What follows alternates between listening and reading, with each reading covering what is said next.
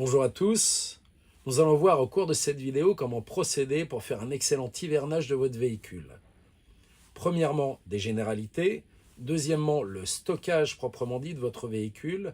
Et troisièmement, très important, cette partie, l'électricité. Tout d'abord, pour l'hivernage, savoir où parquer ou stocker son véhicule. Nous vous conseillons, si vous en avez la possibilité, de stocker votre véhicule dans un endroit couvert et ventilé. D'abord pour le protéger des intempéries et ensuite pour assurer sa longévité grâce à la ventilation. Nous y reviendrons d'ailleurs au cours de cette vidéo. Une chose très importante lors de votre hivernage, il est impératif de faire rouler votre véhicule au moins une fois par mois, un petit peu, afin d'entretenir votre moteur et bien entendu recharger les batteries du véhicule. Votre véhicule va rentrer en hivernage, il est impératif bien sûr avant de le nettoyer extérieurement et intérieurement. Vider tous les placards, les nettoyer, vider tous les tiroirs, les nettoyer, ne rien laisser à l'intérieur, bien entendu, comme une résidence secondaire, et laisser les placards et les tiroirs ouverts afin de ne pas créer de condensation, de bien les ventiler. La partie réfrigérateur, j'y reviendrai après. Un conseil important en début d'hivernage, l'entretien des joints de portillons, comme celui-ci, les portes, les baies, les lanterneaux. Comment faire? En tout début d'hivernage, vous appliquez un spray lubrifiant qui va assurer la longévité de vos joints. Bien entendu, vous trouverez ce spray lubrifiant dans toutes les concessions de notre réseau. N'oubliez pas, lorsque vous venez visiter votre véhicule afin de le faire rouler, comme j'en ai parlé précédemment, de jeter un œil dans le compartiment moteur. Malheureusement, on sait que nos petits amis les rongeurs ont tendance à aller parfois se cacher dans des endroits un peu improbables.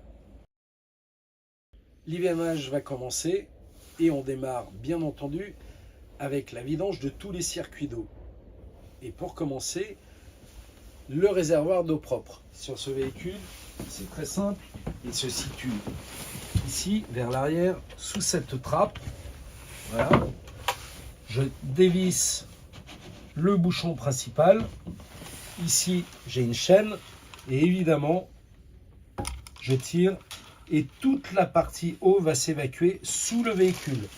Je prends bien soin, bien entendu, de laisser mon réservoir ouvert et ma trappe ouverte.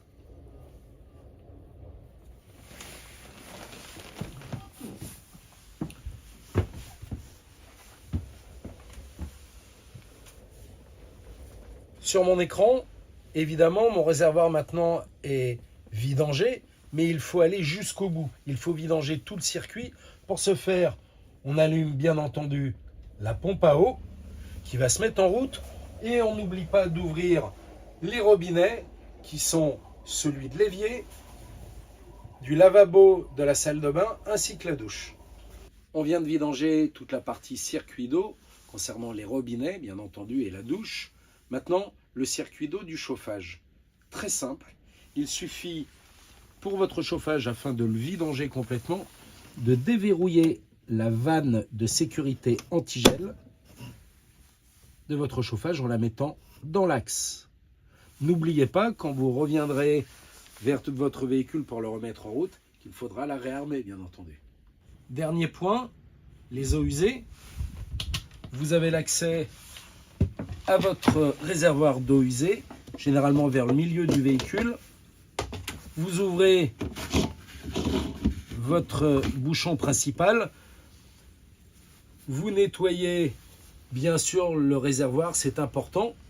Et puis ensuite, vous sortez, une fois que vous avez remis de l'eau directement pour le nettoyer, vous allez directement chercher votre vidange.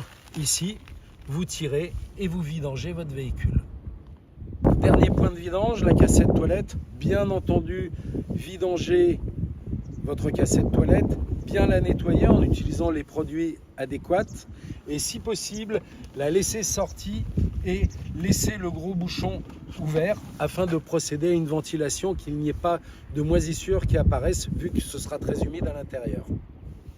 Que vous ayez un intégral ou un profilé, il est impératif, concernant votre lit pavillon, de le descendre de 15 à 20 cm. Voilà, ça peut rester comme ça, afin d'éviter la condensation. Effectivement, lors de votre hivernage, vous allez avoir des variations de température. Cela peut créer de la condensation. C'est pourquoi il ne faut pas que votre matelas soit directement sur le plafond. D'ailleurs, à propos de votre matelas, utilisez l'échelle, glissez-la sous le matelas, il sera légèrement surélevé. Et là, vous allez créer une ventilation, zéro condensation. Un point important, le réfrigérateur, j'en ai parlé précédemment. Il est important de, évidemment, vider son réfrigérateur, le dégivrer, le nettoyer, le sécher et le ventiler. Pour le ventiler, voilà comment on doit procéder. Je vais utiliser les petits clips qui se trouvent en haut et en bas de chaque porte, que ce soit le fraiseur ou le réfrigérateur. Et je vais ensuite clipper ceci. Ça va me laisser un petit jour. Votre réfrigérateur sera ventilé. N'oubliez pas, il est nécessaire de faire également la même chose avec la porte du réfrigérateur. Toujours concernant le réfrigérateur, impératif la pose des grilles d'hivernage afin que des insectes ne viennent pas faire leur nid. C'est très simple, vous avez vos grilles d'hivernage, une basse, une haute, vous la positionnez comme ceci, vous avez juste à tourner votre petite vis de base, votre grille est installée, aucun insecte ne peut y faire son nid. Maintenant parlons du gaz. Évidemment, impératif, fermer sa bouteille de gaz, la déconnecter de la lyre et au niveau de votre cuisine, venir fermer, vous avez tout un tas de pictogrammes comme ceci, les vannes de sécurité. Très simple, les vannes de sécurité, quand vous les avez en travers de votre vue, comme ceci, c'est qu'elles sont fermées. Et voilà. Dernier point sur le gaz. Nous vous conseillons de bien lire l'étiquette présente sur la lyre ou les lyres qui sont dans le compartiment gaz, sur lequel vous avez la date limite d'utilisation de la lyre. Quand vous avez déconnecté la lyre de la bouteille de gaz, profitez-en également pour vérifier sur l'étiquette jaune présente sur la lyre la date limite d'utilisation à côté du pictogramme FR qui veut dire France. Prenons un exemple, celle-ci, 2028.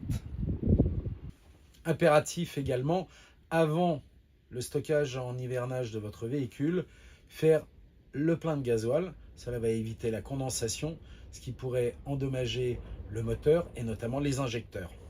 Conseil important, il est préférable de laisser demi-ouverts les occultants et les moustiquaires. Par exemple, comme ceci sur un lanterneau, mais ça peut être sur une baie.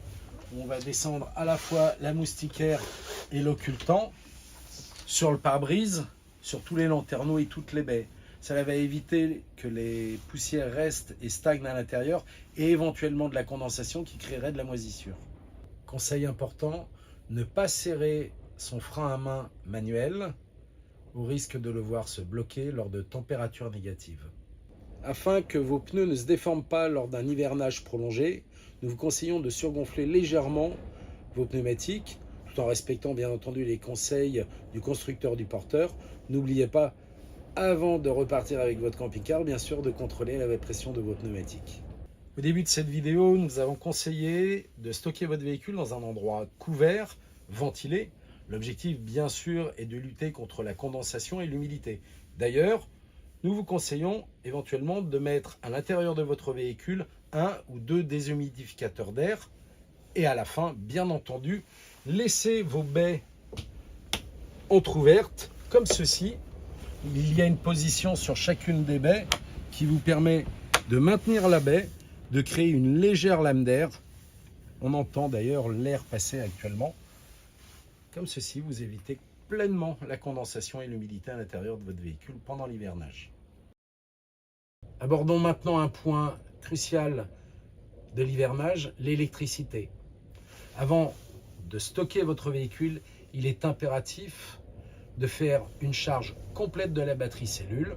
Pour ce faire, il suffit de raccorder votre véhicule au 220 et de le laisser brancher pendant 24 heures. Pourquoi ça? Tout simplement parce que votre batterie va procéder à ce qu'on appelle pendant l'hivernage une auto-décharge, c'est-à-dire que d'elle-même, elle va se décharger petit à petit. Et bien sûr, il faut éviter qu'elle arrive à un seuil de décharge profonde qui pourrait l'endommager ou du moins diminuer sa durée de vie. Petit rappel, depuis la collection 2021, le fait de raccorder votre véhicule au 220 ne chargera pas du tout la batterie moteur. Ceci nous a été imposé par les constructeurs de nos châssis. L'hivernage de votre véhicule au niveau de l'électricité, bien sûr, c'est la déconnexion électrique de votre véhicule. Vous pouvez commencer avec l'interrupteur général. Celui-ci va couper une grande partie de votre véhicule, mais votre réfrigérateur et votre chauffage vont continuer à fonctionner. Il va falloir les arrêter individuellement. Également, si vous avez d'autres équipements électriques comme une antenne satellite, son pointeur, vous pouvez avoir un convertisseur, une glacière, que sais-je encore, il faut absolument les déconnecter individuellement. Pourquoi? Ces appareils, même en veille, vont continuer de consommer. Au niveau de votre batterie cellule, pour l'hivernage, il est impératif de déconnecter les causes de votre batterie.